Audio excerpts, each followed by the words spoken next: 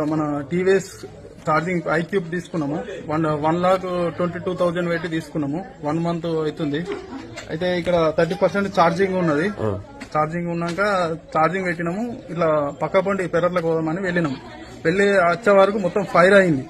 Fire అయిందని ఏందని చూసే వరకు ఇక్కడ రేపు మక్క పెడదామని ఒక 20 బస్తాలు మక్కలు తీసినాము.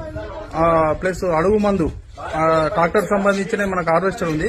ఆ టైర్లు కూడా దాని పక్కకు పక్క సైడ్ పెట్టినాం అన్నట్టు ఖాళీ స్థలం ఉందని. చూడడం వరకు మొత్తం ఫైర్ అయింది. ఈ బండి వేలింది, ఇట్లా మొత్తం పేలింది.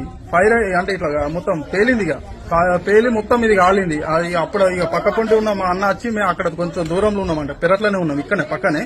ఇక అన్న వచ్చి ఇట్లా ఏమో అవుతుందని ఆయన ఉరికేస్తారు. ఇక పక్క పొంటి ఉన్న వాళ్ళు వచ్చి నాకు ఫోన్ చేశారు, ఇట్లా మీ ఇంట్లో ఫైర్ అవుతుంది అంటే కాలిపోతుందిరా ఇల్లు అంతా అనే వరకు నేను ఏంది అని వచ్చే వరకు మొత్తం ఇట్లా అయింది. ఈ సంఘటన జరిగింది.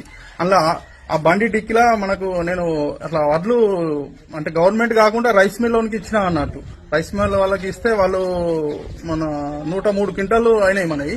వాళ్ళు 1,90,000 ఒక 1,000 ఇచ్చారు. 1,91,000. అవి కూడా డబ్బులు అందులోనే పెట్టినా. పాన్ కార్డు డిక్కిల్నే ఉన్నది. అవన్నీ కూడా అందులోనే ఉన్నాయి.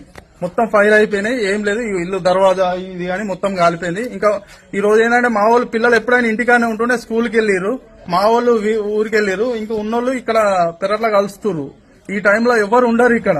ఇక అట్లా మొత్తం ఇన్సిడెంట్ ఇట్లా జరిగింది. ఇక ఫైర్ వాళ్ళు కూడా వచ్చారు, మొత్తం ఇట్లా కాలింది. ఇది జరిగింది కథ.